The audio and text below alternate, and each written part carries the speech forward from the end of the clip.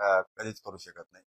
आणि राऊत साहेबांनाही माहित असेल, ते म्हणले असते त्यांचे राजकीय काही टोले असते. कारण काय राऊत साहेब बी चांगले नाहीत असं म्हणत नाही मी, परंतु ते असं खरं असल्याने मी लगेच खरं म्हणलो. आणि आम्हाला आरक्षण नव्हतं पाहिजे.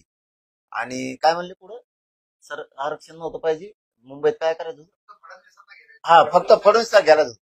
आम्ही मग आता मुंबईत आम्हाला काय म्हणले होते, पाय ठेवून देणार, उभा राहून देणार, मराठी कशी मुंबईत येतो बघू, एक दिवसाची परवानगी. मग त्या राग आम्हाला जर तसं करायचं असलं फडणवीसला ते धुतलं असतं ना तिथं वर्ष लागल्यावर. असा म्हणतो की तुम्ही शिंदे यांचे आंदोलक हस्तक आहात असा थेट आरोप होता. मी काय म्हणलो, मी मराठ्याचाच फक्त थडक्यात मी नोकरी, मराठ्याच पोरग.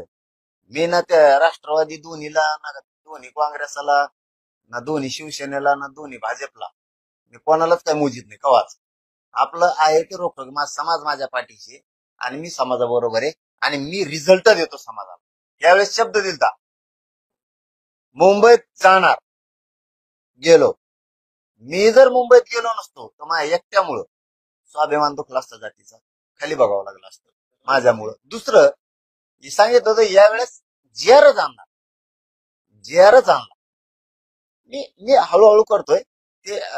शिंदेचं ऐकून किंवा एकनाथ शिंदे साहेबाचं ऐकून किंवा कोणाचं ऐकून करायचं असतं तर मग आम्हाला आरक्षण नव्हतं पाहिजे आणि फडणवीसला घेरायचं होतं तर गेल्याच वर्षावर सुरू केलं असतं. IND न्यूज मराठी, फक्त देशभक्ती. लाईक करा, शेअर करा, सबस्क्राईब